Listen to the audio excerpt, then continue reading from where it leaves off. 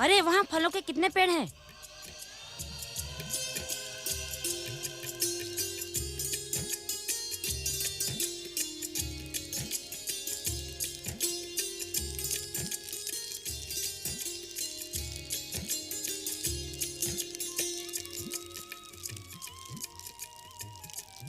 अब तुम सब भी खाओ।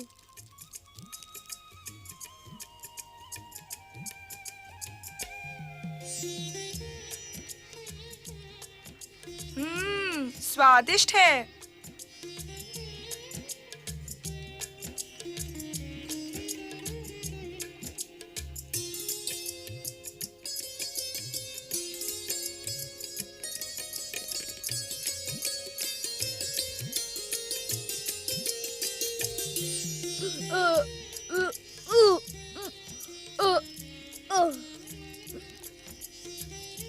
देवी अहिल्या, शीघ्र चलो, पूजा का समय हो गया है। ऋषिवर आ गए। चलो भागो, चलो चलो जल्दी उसको जल्दी करो। भागो भागो।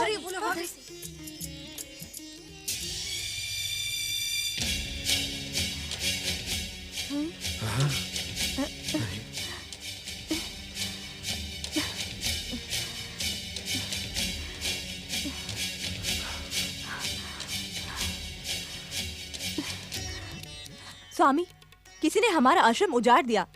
लगता है कई सारे जंगली पशु यहाँ घुस आए थे। नहीं देवी अहिल्या, ये कार्य किसी पशु का नहीं है।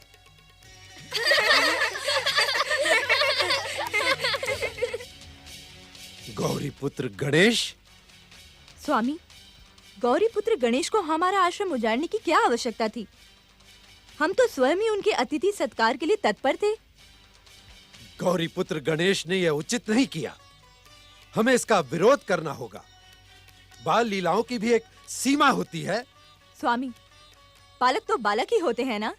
यदि बालकों का बालकपन ऋषि और आश्रमों की मर्यादाओं का उल्लंघन करने लगे तो उसका विरोध करना होगा, क्योंकि बालकों के चरित्र और भविष्य के निर्माण का कार्य आश्रम ही करते हैं।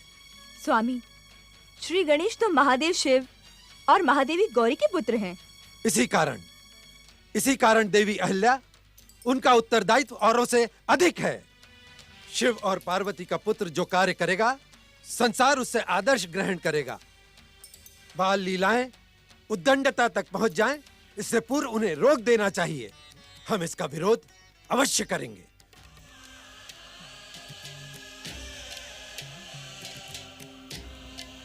प्रणाम पिताश्री, प्रणाम माताश्री।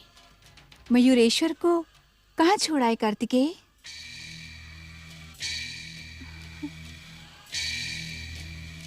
तुम्हें इतना विलंब कैसे हो गया कुमार? क्षमा करें माता, विलंब का कारण आप मयूरेश्वर से ही पूछ लीजिएगा। वो मेरी कोई बात ही नहीं मानता है माता।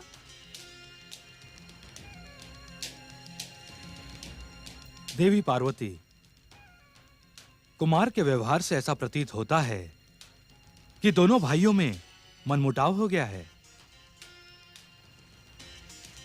परंतु मयूरेश्वर कार्तिकेय के साथ लौटा क्यों नहीं? मयूरेश्वर कहीं बाल लीलाओं में खोया हुआ है।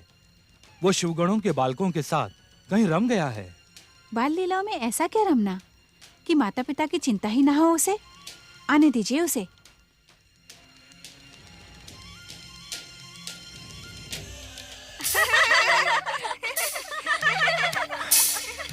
स्वामी, गौरी पुत्र गणेश साक्षात महागणेश के अवतार हैं। इसीलिए उनकी बाल लीलाएं भी चमत्कारी हैं। और हो सकता है कि हमारा उजड़ा हुआ आश्रम पहले जैसा हो गया हो। ये प्रश्न उजड़ने और संवरने का नहीं है देवी अहिल्या, ये प्रश्न है मर्यादा का। ये भी तो हो सकता है स्वामी कि बालकों को भूख लगी हो और हमें आश्रम में न पाकर उन्होंने स्वयं ही भोजन सामग्री ढूंढकर खा ली हो। योगेश्वर और यज्ञेश्वर भगवान शिव का पुत्र क्या अपनी भूख पर नियंत्रण नहीं रख सकता? ऐसा कार्य मनुष्य नहीं करते, राक्षस करते हैं। और हमें तो कभी राक्षसों ने भी इतना नहीं सताया। हम कहाँ जा रहे हैं? कैलाश। मयूरेश्वर श्री गणेश की उद्दंडता को महादेव से अवगत करवाने।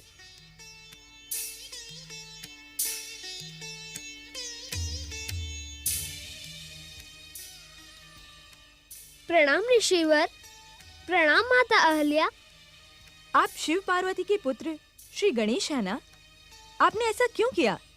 देखिए, मुनिवर कितने क्रोधित हो रहे हैं। माता, न तो मैं आपको अपना परिचय दे सकता हूँ और न ही मैं आपको आपके प्रश्न का उत्तर दे सकता हूँ। क्या आपको एक ऋषि के क्रोध की तनिक भी चिंता नहीं है? चिंता के कारण ही तो यहाँ पर रुका हूँ माता, परंतु ऋषिवर का क्रोध यहाँ शांत नहीं होगा। तो कहाँ शांत होगा? वहीं पहुँचकर जहाँ जाने के लिए आप दोनों आश्रम से निकले थे। प्रणाम। देवी पार्वती, आश्चर्य है, मयूरेश्वर अब तक अपने बाल सखाओं के साथ कैलाश क्यों नहीं लौटे? अब तुम ही बताओ, हम गौतम ऋषि को कैसे संतुष्ट करें? मयूरेश्वर ने गौतम ऋषि के आश्रम में उत्पात मचाकर भयानक भूल की है। उसने हमारा पुत्र होने के नाते हमारा नाम अप्रतिष्ठित किया है। उसे इस भूल का दंड अवश्य मिलेगा। आने दीजिए उसे। नहीं नहीं देवी पार्वती, हम गणेश को दंडित करवाना नहीं चाहते। वे हमारे पूज्य हैं, हमारे आदर के अधिकारी हैं। यदि आप उन्हें दंडित करेंगी तो उसका पाप हमारे मस्तक पर होगा। यज्ञेश्वर शिव और यज्ञेश्वरी शिवा का पुत्र तो संसार के लिए एक आदर्श है। यदि वो इस प्रकार की उद्दंडता और उत्पात का कार्य करेगा तो संसार में कौन उनसे शिक्षा प्राप्त करेगा? मेरी आपसे एक विनती है महादेव कि आप मयूरेश्वर को समझाएं। ऋषिवर उचित कह रहे हैं देवी पार्वती। आप मयूरेश्वर को दंडित करने का विचार त्याग दें। हम स्वयं उन्हें सावधान कर देंगे कि भविष्य में ऐसी भूल कदापि न हो। महादेवी, मयूरेश्वर ने प्रथम बार ऐसा उत्पात किया है। इस बार उन्हें क्षमादान मिलना ही चाहिए। ऋषिवर, मैं जानती हूँ क्षमा ऋषियों का आभूषण है, परंतु मयूरेश्वर की आयु के बालक क्षमा का अनुचित लाभ उठाते हैं। जिसे संसार में अग्र पूजा का स्थान प्राप्त हो, उसके कार्यों से किसी को कष्ट नहीं होना चाहिए। माता, तो क्या आप वास्तव में मयूरेश्वर को दंडित करेंगी? बालक के उज्जवल भविष्य के लिए ही माता पिता उसे दंडित करते हैं। आप निश्चिंत रहें ऋषिवर, भविष्य में मयूरेश्वर ऐसी भूल नहीं करेगा। जगत माता पार्वती जो भी करेंगी उसी में जगत का कल्याण है। अच्छा, अब आप हमें आज्ञा दीजिए। सांब सदाशिव की जय हो।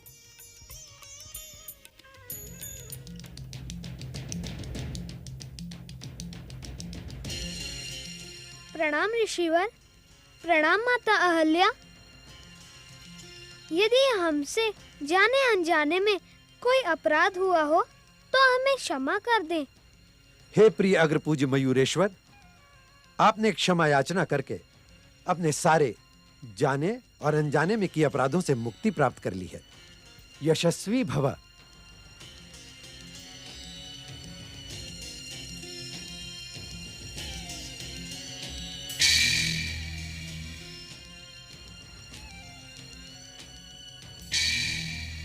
माता, अपने क्रोध का त्याग करें। मयूरेश्वर की ओर से मैं आपसे क्षमा याचना करता हूँ। इससे दंडित ना करे माता। तुम्हें मयूरेश्वर की ओर से क्षमा याचना करने की आवश्यकता नहीं है कुमार।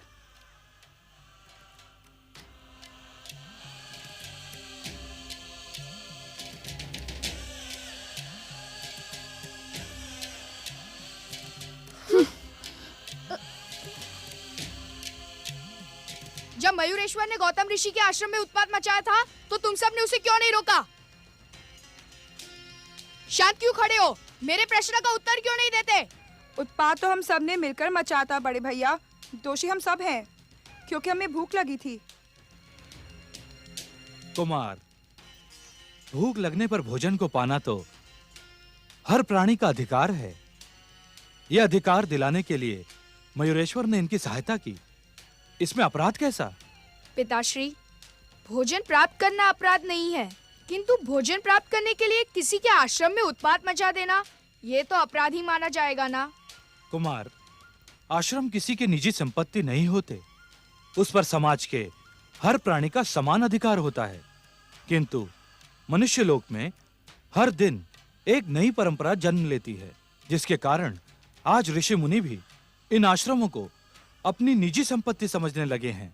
जिस स्थान पर ऋषि मुनि यज्ञ, आराधना, पूजा पाठ और निवास करते हैं, वो स्थान तो उनका ही कहा जाएगा ना? नहीं कुमार, कहने को तो प्राणी का जीवन भी अपना नहीं है। अर्थात प्राणी का जीवन भी परमात्मा की इच्छा के अधीन है। जिस प्रकार प्रत्येक प्राणी को भूमि, प्रकृति और परमात्मा की देन है, उसी प्रकार भोजन, फल, फूल सभी कुछ प्रकृति और परमात्मा की देन है। संग्रह की प्रवृत्ति रखने वाले मनुष्य इन्हें अपना मानने की भूल कर बैठते हैं, जो अनुचित है। इसका अर्थ हुआ कि मयूरेश्वर ने कोई अपराध नहीं किया? अर्थ तो यही हुआ कुमार कार्तिकेय, परंतु इस अर्थ को तुम्हारी माता माने तभी इस अर्थ का सार्थक होगा। प्रणाम पिताश्री।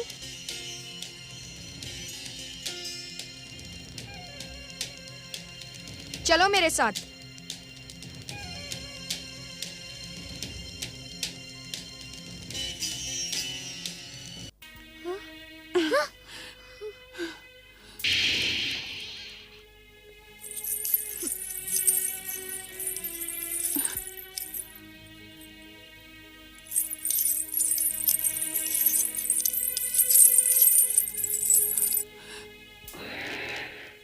नारायण नारायण हरि हरि, श्रीमन नारायण नारायण हरि हरि, श्रीमन नारायण नारायण नारायण नारायण। तेरा उत्पात सारी सीमाएं तोड़ चुका है मयूरेश्वर। शिव पार्वती का पुत्र होने का लाभ उठाकर तू अपनी मनमानी करता है। ऋषि मुनियों को सताकर तू हमें चारों ओर अपमानित करवाता है। हाँ माताश्री, आप मयूरेश्वर को दंडित ना करें।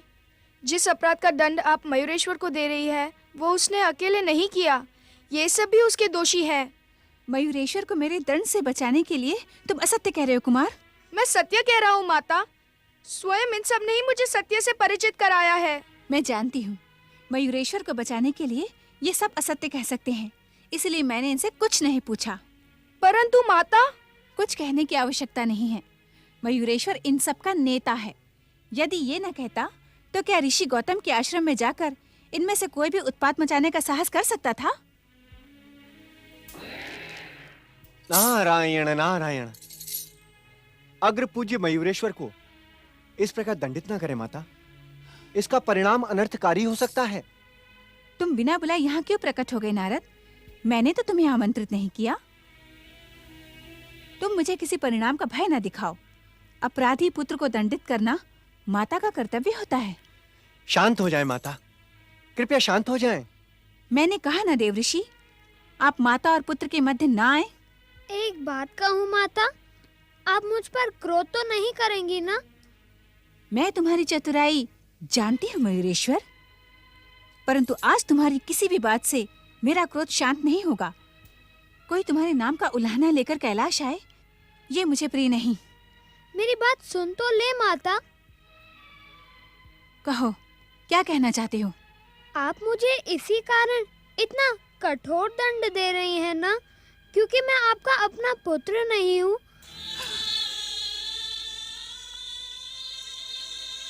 आप मुझसे सौतेला व्यवहार कर रही हैं ना माता?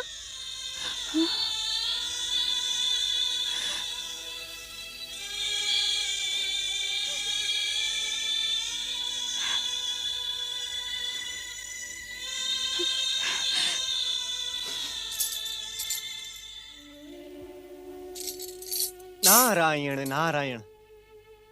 हे मयूरेश्वर, आपको दंड देने का माता का उद्देश्य पूर्ण हुआ। अब यदि आप आज्ञा दें तो मैं आपकी ये लौह श्रृंखला खोल दूं? नहीं देवर्षि, मैं अपनी माता के न्याय का अपमान नहीं करना चाहता। नारायण नारायण। हे मयूरेश्वर, तो क्या आप इसी लौह श्रृंखला में बंधे रहेंगे? नहीं देवर्षि, मेरे इस मयूरेश्वर अवतार का उद्देश्य इस घटना के साथ पूर्ण हुआ। अब मैं इसी स्वरूप में इस कैलाश की और आप सबकी विदा लेकर श्री महागणेश के पास जा रहा हूँ। ओम श्री महागणेशाय नमः। ओम श्री महागणेशाय नमः। श्री महागणेशाय नमः। ओम श्री महागणेशाय नमः।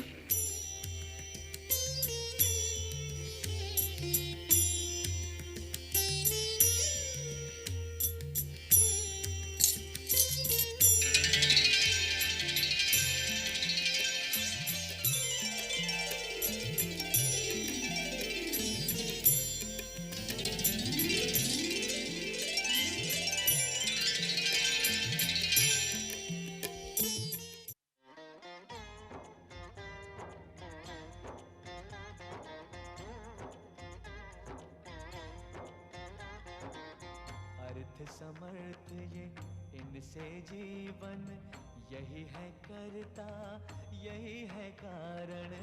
अर्थ समर्थ ये इनसे जीवन, यही है करता यही है कारण। सारे जगत के भाग्य विधाता, दुख हरता ये है सुखदाता।